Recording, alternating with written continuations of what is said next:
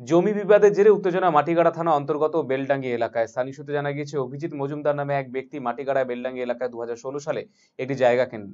অভিজিৎ পেশায় একজন টোটো চালক। করোনা মহামারীর সময় তিনি কলকাতা চলে যান ভাইয়ের বাড়িতে।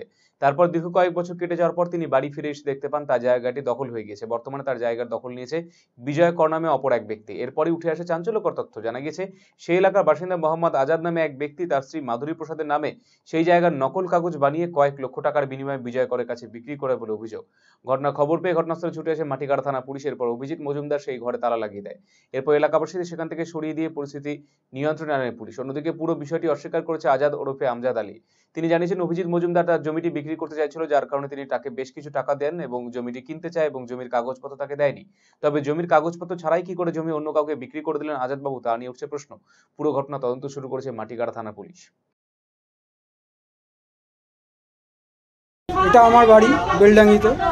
তো 2015-তে আমি এই জায়গাটাও বিজয়ী পঞ্চায়েত সদস্য বিঙ্কি রায় তার স্বামী হরিপদ রায়ের কাছ থেকে জায়গাটা কিনি।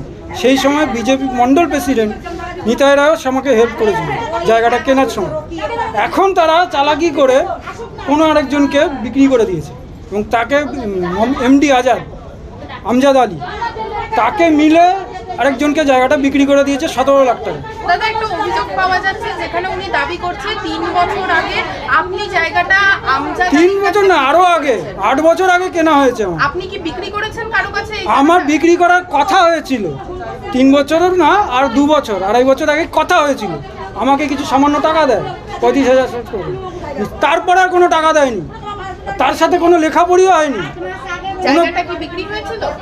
লেখাপড়ে কিছুই হয়নি। জায়গাটা জাস্ট কথা হয়েছিল যে হ্যাঁ তুমি পার্টি দেখো। পার্টি দেখার বদলে সে জায়গা দখল করে বসে রয়েছে। দখল করে 2টো পার্টিশন করে বেঁচে দিয়েছে এমডি আজাদ, এবং তার সাথে মনে হয় বিজেপি পার্টির কেউ রয়েছে, তারা সাপোর্টে রয়েছে। আমি চাইছি আমার জায়গা আমার নামে থাকবে।